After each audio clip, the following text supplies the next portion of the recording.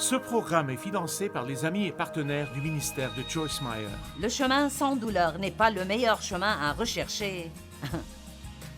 Car même si vous le trouvez, vous trouverez qu'il ne vous mènera pas là où vous voulez aller.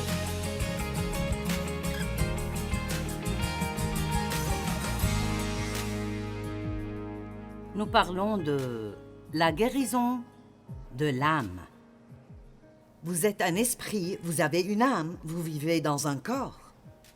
Nous pouvons tous voir notre corps, mais nous ne pouvons pas voir ce qui se passe à l'intérieur de nous. Et nous sommes tous assez doués pour faire semblant, et nous agissons souvent comme si tout allait bien quand rien ne va bien. Et parfois, nous arrivons même assez bien à prétendre à nous-mêmes. Et nous avons un gros gâchis dans notre vie, mais nous avons tellement bien réussi à l'ignorer que nous avons simplement appris à vivre avec. Je me demande combien de personnes ont un niveau de vie beaucoup plus bas en ce qui concerne la joie et la paix, mais elles sont dans cet état depuis si longtemps qu'elles ne savent même pas qu'il y a un problème. Vous pouvez être dysfonctionnel si longtemps que vous apprenez à vivre avec votre dysfonctionnement et vous ne réalisez même pas que il y a une meilleure vie qui vous est disponible. Mais je veux que vous sachiez que Jésus a dit « Le voleur ne vient que pour tuer, voler et détruire. » Mais Jésus a dit « Je suis venu afin que les hommes aient et jouissent de la vie. Une vie abondante à ras-bord jusqu'à déborder. » Nous appelons notre programme télé « Vivre pleinement la vie » parce que je ne pense pas que Jésus nous ait sauvés pour que nous puissions être misérables jusqu'au jour où nous irons au paradis. Je pense que la vie éternelle commence au moment où nous recevons le Christ, et je pense que cela fait mal à Dieu quand nous ne profitons pas de la vie que Jésus est mort pour nous donner.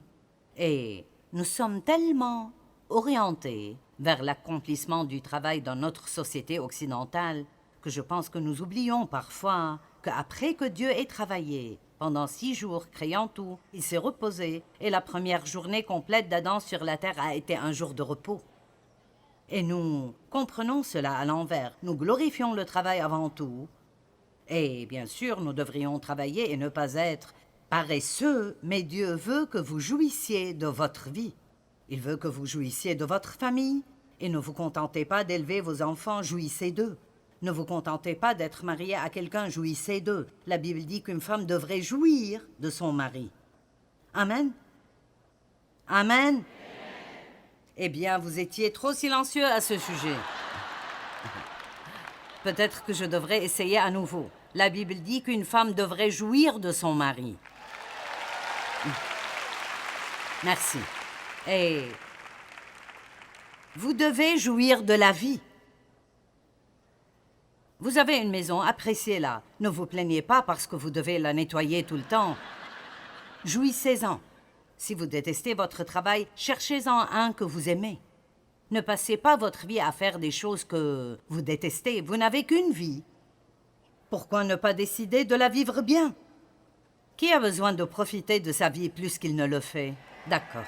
Nous ne voulons pas simplement exister, dériver de jour en jour et rester tout le temps dans ce mode de survie. Alors que je grandissais, j'essayais essentiellement de survivre tous les jours et j'attendais impatiemment mes 18 ans pour pouvoir quitter la maison et peut-être mener une vie heureuse. Mais je pensais que lorsque je m'éloignerais des problèmes avec lesquels j'ai grandi, je n'aurais plus de problèmes, mais je les ai vraiment pris avec moi. Ils étaient gravés dans mon âme et cela affectait négativement tous les domaines de ma vie jusqu'à ce que j'ai commencé à ne pas juste aller à l'église le dimanche, mais à être une chrétienne sérieuse à plein temps. Il y a une grande différence entre aller à l'église le dimanche et s'engager réellement à apprendre à vivre la vie que Jésus est mort pour vous donner. Puis-je répéter ça? Quelqu'un a besoin d'entendre ça. Il y a une grande différence entre simplement aller à l'église, y passer un peu de temps et faire une marque sur le calendrier de l'église. Il y a une différence entre cela et être vraiment sérieux au sujet de votre marche avec Dieu et vous engager à vraiment apprendre à ressembler au Christ et à vivre la vie que Jésus est vraiment mort pour vous donner. Maintenant, je veux vous parler un peu du chemin sans douleur. Vous savez, se faire mal fait mal. Mais curieusement, se rétablir fait mal aussi. Vous arrivez à un point où ça ne fait plus mal, mais une partie de la raison pour laquelle tant de personnes restent brisées est que le processus de guérison est douloureux aussi. Vous savez que vous pouvez vous blesser et que la blessure fait mal, mais pendant que vous êtes en train de guérir, elle fait toujours mal, n'est-ce pas? Donc je veux que vous compreniez, si vous êtes une de ces personnes qui ont décidé avec moi que vous êtes prête pour une amélioration dans votre vie, vous voulez non seulement vivre et respirer, mais vous voulez avoir la vie, la meilleure vie améliorée que Jésus est mort pour vous donner. Je vais être honnête avec vous et vous dire que tout ne sera pas facile tout le temps. D'une part, pour vous rétablir, vous devez savoir où vous en êtes. Jésus a dit, « Si vous demeurez dans ma parole, vous connaîtrez la vérité, et la vérité vous affranchira. » Ce n'est pas la vérité sur quelqu'un d'autre qui vous rendra libre. Et ça veut dire que je dois faire face à ma vérité, que j'ai des problèmes, que j'étais manipulatrice et je contrôlais, que j'étais insécurisée. Peu importe le fait que je semblais audacieuse, vraiment au fond de moi, j'étais insécurisée. Être honnête avec vous-même est la chose la plus courageuse que vous puissiez faire dans votre vie.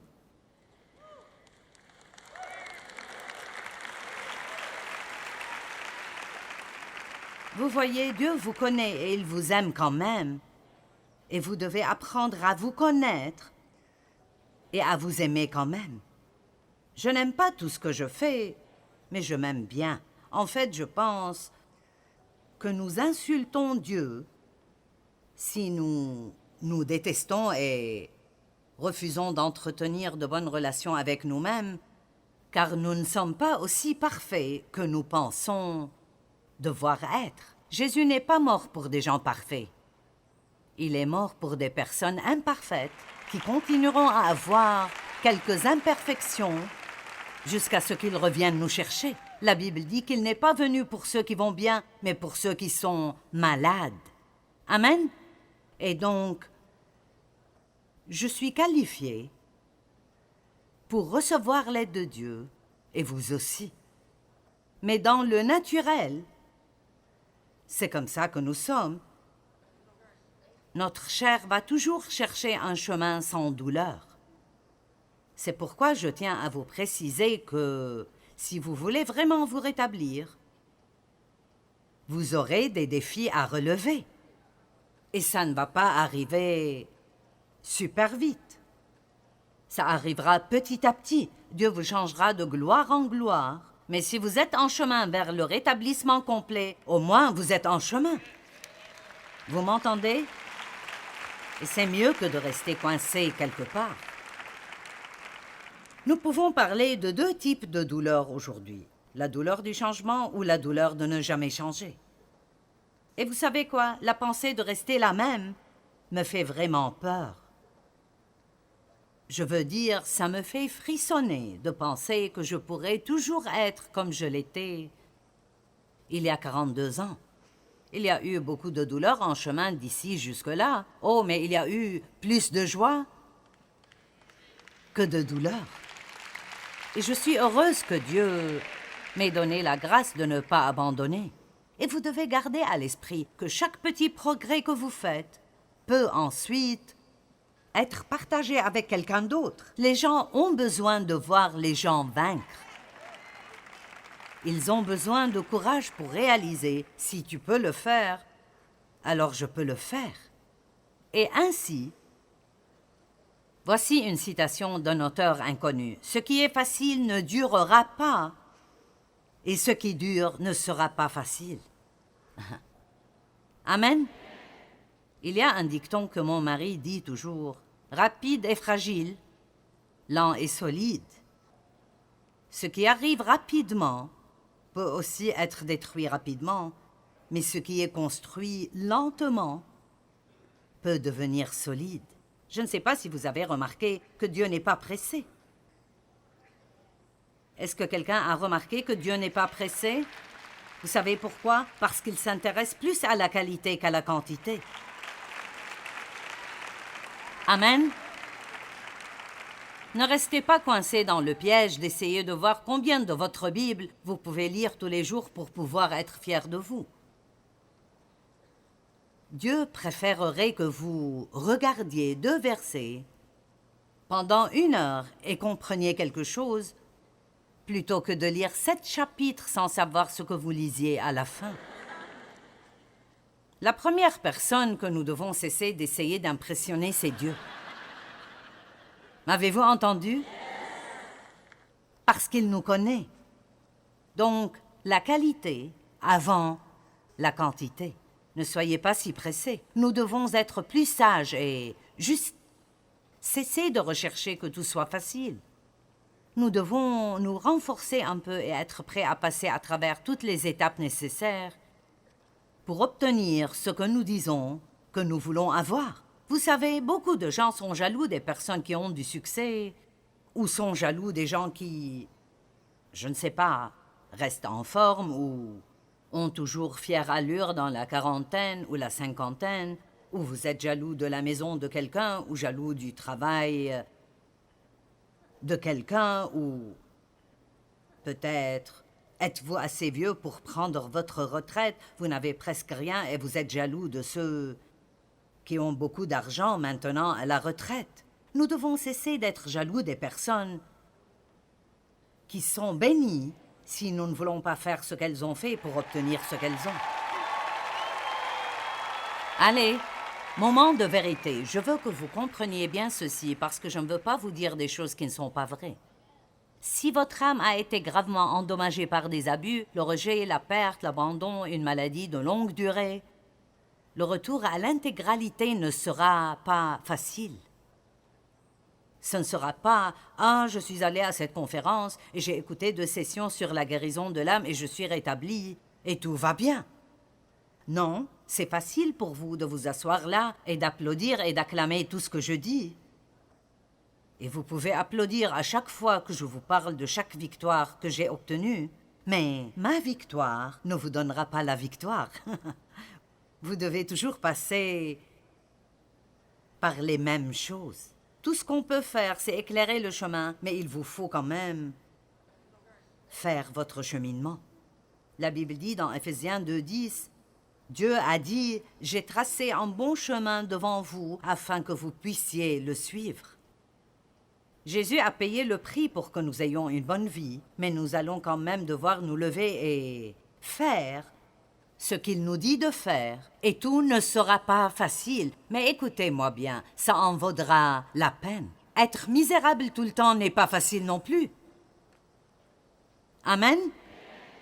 Est-ce que quelqu'un est fatigué de mettre toute son énergie dans sa misère et sa colère, et vous voulez, au plus vite, transformer cette énergie pour en faire quelque chose qui va quelque part? Amen? Très bien. Chemin étroit, chemin large. Matthieu 7:13.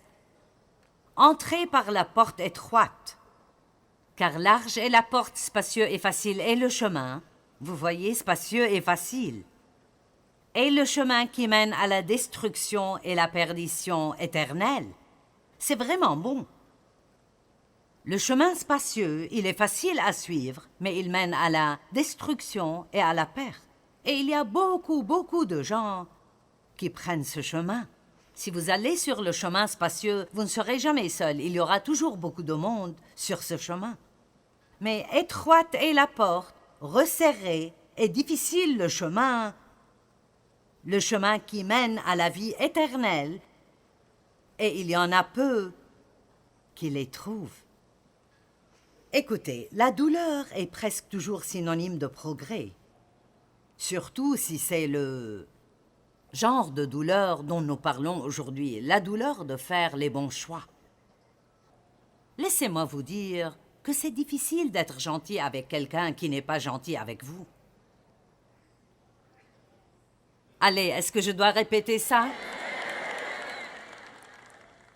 C'est difficile de pardonner aux gens qui vous ont blessé. Ce n'est pas amusant de prier pour vos ennemis. C'est ce qu'est la complétude spirituelle, c'est de faire ce que Dieu vous dit de faire. Que ce soit facile ou non. Pensez-vous que ce que Jésus a vécu était facile? Je ne le pense pas.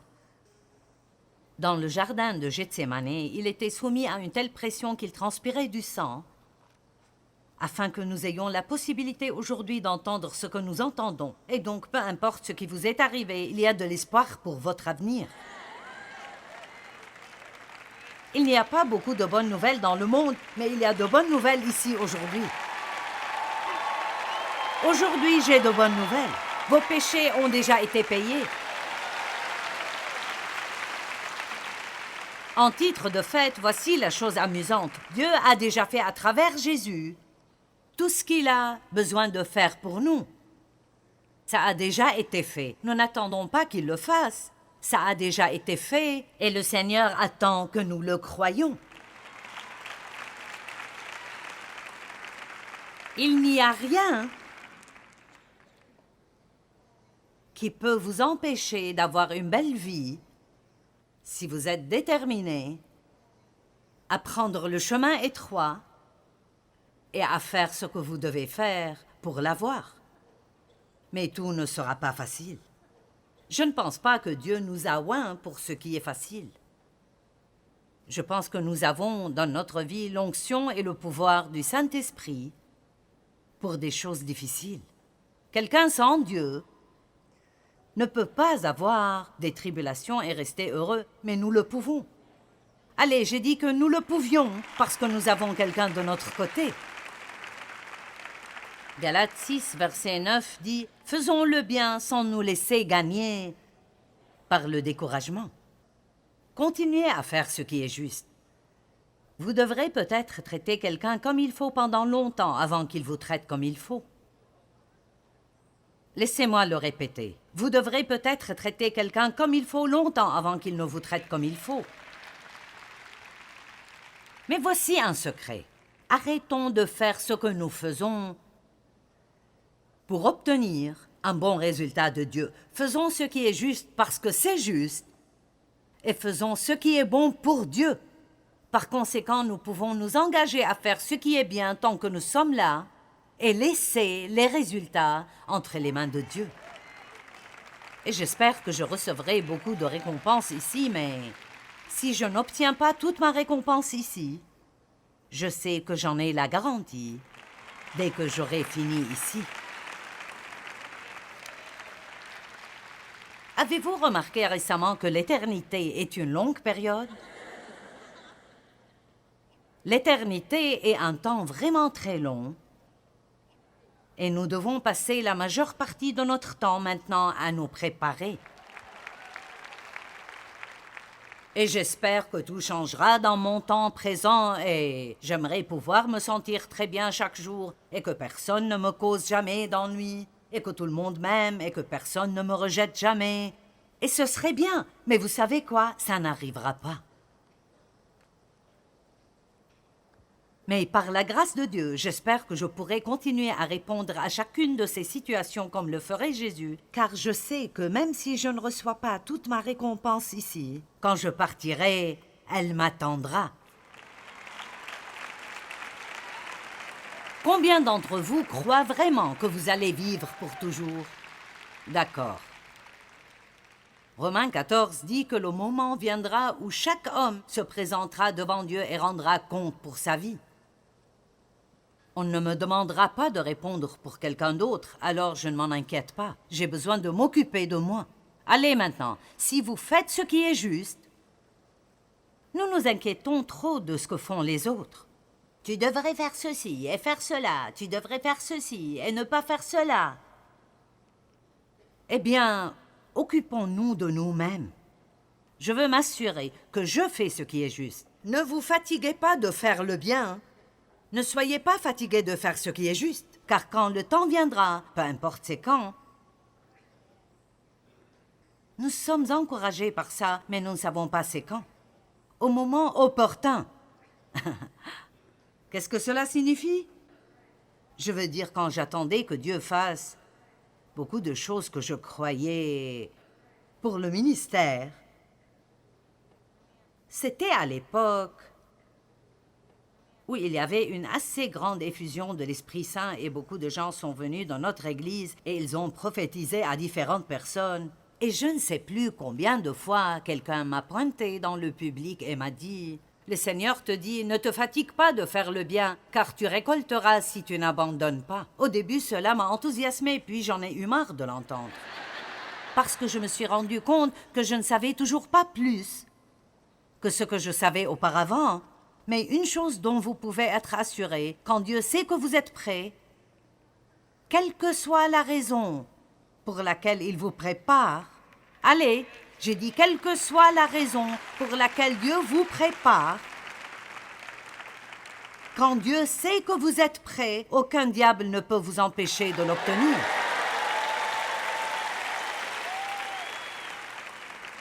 Alors pourquoi ne vous contentez-vous pas de profiter du voyage?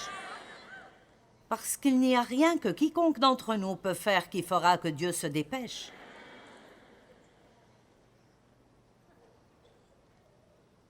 Si nous faisons ce qui est juste et ça fait mal, ça veut dire que nous faisons des progrès spirituels. Pensez-y. La maturité spirituelle nécessite d'obéir à Dieu quand c'est difficile de le faire. Nous aimons entendre le mot « gratuit ». Ah, je vous le dis, conférence gratuite, livre gratuit, gratuit. Vous savez quoi? Oh! Je ne sais pas s'il donne encore beaucoup de ressources gratuites lors des réunions. Est-ce qu'on fait toujours ça, Matt? On ne le fait plus autant parce que les chrétiens s'entretueraient pour avoir un livre gratuit. Je veux dire, je ne plaisante pas. Je veux dire, si vous voulez être assaillis, levez-vous et dites « J'ai quelques livres gratuits à donner, qui les voudrait ?» Et les gens s'entretueront presque. Et ce n'est pas parce qu'ils ne peuvent pas se le permettre. Mais nous aimons la gratuité. Nous pensons que c'est une bonne affaire quand nous obtenons quelque chose de gratuit. Gratuit. Mais vous savez, ce qui est gratuit pour vous, quelqu'un l'a payé. Allez. Le salut est un cadeau gratuit, mais Jésus l'a payé. Ça lui a coûté. Cette conférence était gratuite pour vous, mais nos partenaires ont payé pour que vous puissiez venir et jouir de ce week-end. Et nous le faisons parce que nous voulons que vous entendiez la vérité, parce qu'elle vous libérera. Et nous croyons qu'alors vous serez transformé en quelqu'un qui veut donner au royaume de Dieu pour que de bonnes choses arrivent aux autres. Mais ne vous trompez pas, il n'y a vraiment rien de gratuit. Si vous avez pris du poids et vous voulez le perdre, vous allez avoir faim.